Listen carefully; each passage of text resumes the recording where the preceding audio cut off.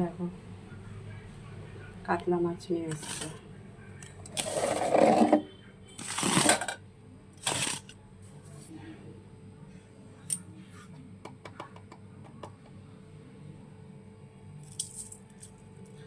নুন দিয়ে দিলাম,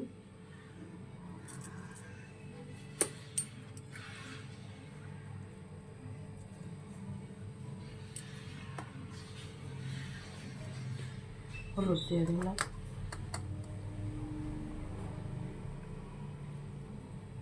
লঙ্কার গুঁড়ো দিলাম,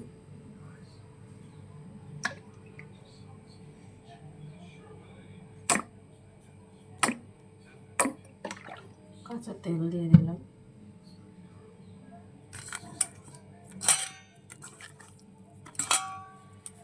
এটা খুব ভালো করে মাখিয়ে নিচ্ছি। দেখো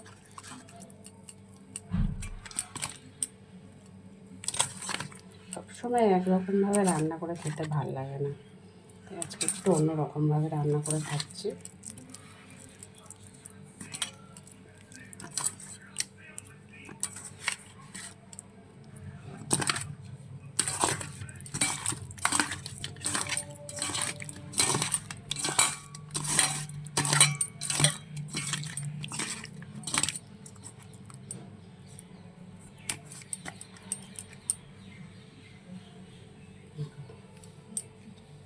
এখানে দেখো আমি মশলা করেছি হচ্ছে একটু আদা, সামান্য একটু জিরে, একটু ধনে, দুটো শুকনো লঙ্কার গুঁড়ো, দুটো গোটা শুকনো লঙ্কা, আর একটু সাদা সর্ষে, লাল সর্ষে একসাথে পেস্ট করে নিয়েছি।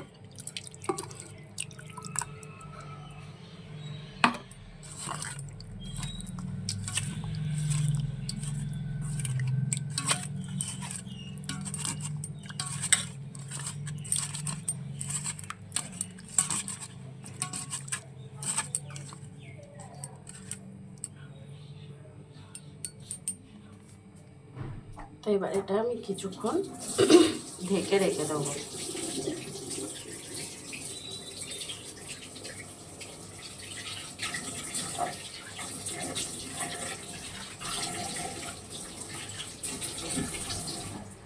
কিছুক্ষণ ঢেকে রেখে দেবো, তারপর রান্নাটা বসাবো। তো দেখো এদিকে কড়াই তেল দিয়ে দিয়েছি, আর মাছটা রান্না বসাবো।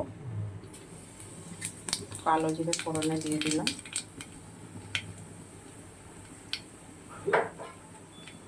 আর যে মাছটা দেখো মাখিয়ে রেখেছিলাম সেটা এখন দিয়ে দেবো।